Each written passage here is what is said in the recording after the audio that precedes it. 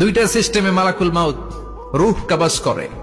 আপনারা যারা আল্লাহওয়ালা, আপনাদের মাথার সামনে এসে সুশ্রী, যত সুন্দর হতে পারে একজন মানুষ, এরকম একজন মানুষের চেহারায় আসবে আপনাদের কাছে, এসে সুগন্ধি পারফিউম মাখা সাদা ধবধবে কাপড় পরে এসে আপনার শিওরে বসবে, এসে খুবই বিনয়ের সাথে ভদ্রতার সাথে বলবে, ইয়া আইয়াতুহান নাফসুল মুতমাইন্না, ইয়া আইয়াতুহান নাফসুল মুতমাইন্না, ইয়া আইয়াতুহান নাফসুত তাইয়্যিবা, হে পবিত্র আত্মা বেরোয় আয়। বলার সাথে সাথে আপনার রুহটা স্মুথলি বের হয়ে যাবে। ইয়াতি বিহানুত মিন হানুতিল জান্নাহ, কাফান মিন আকফানিল জান্নাহ, জান্নাতের হানুতে করে কাফনের মধ্যে পেঁচিয়ে আপনার রুহটারে মালাকুল মাউত ইল্লিনে নিয়ে যাবে। আল্লাহ আমাদের সবার নসিবে এই ঘটনা তুমি জারি করে দিও, আমিন।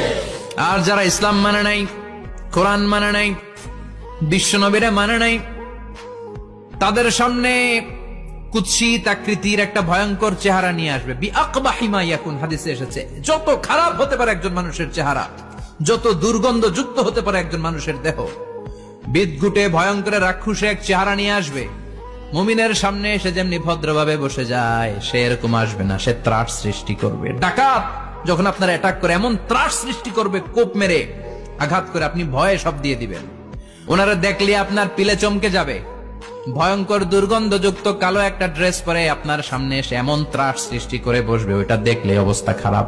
চিৎকার দিয়ে ধমকাবে আর বলবে, ইয়া আইয়াতুহান নাফসুল খাবিসা, হে পাপাত্তা বেরোয় আয় ইলা গাদাবিল্লাহ, আল্লাহর ক্ষোভ, আল্লাহর রাগের দিকে তুই বের হয়ে আয়। মুমিনের আত্মাটা যেমনি স্মুথলি বের হয়ে এসেছে, কাফেরের আত্মাটা বলার সাথে সাথে বেরোতে চাইবে না। আত্মাটা একবার ডানে দৌড়, একবার বায়ে দৌড়, একবার সামনে দৌড়, আর একবার পিছনে দৌড়। এবার মালাকুল মাউত আরো হিংস্র হয়ে যাবে।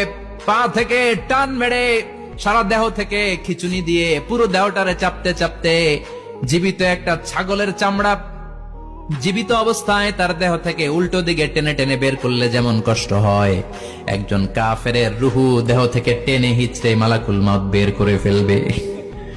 এজন্য আল্লাহর কাছে আমরা চাই, ইমানের পথে অবিচল থেকে আমার মরণ যেন হয়। প্রতিদিন পড়বেন এটা, এটা দোয়া।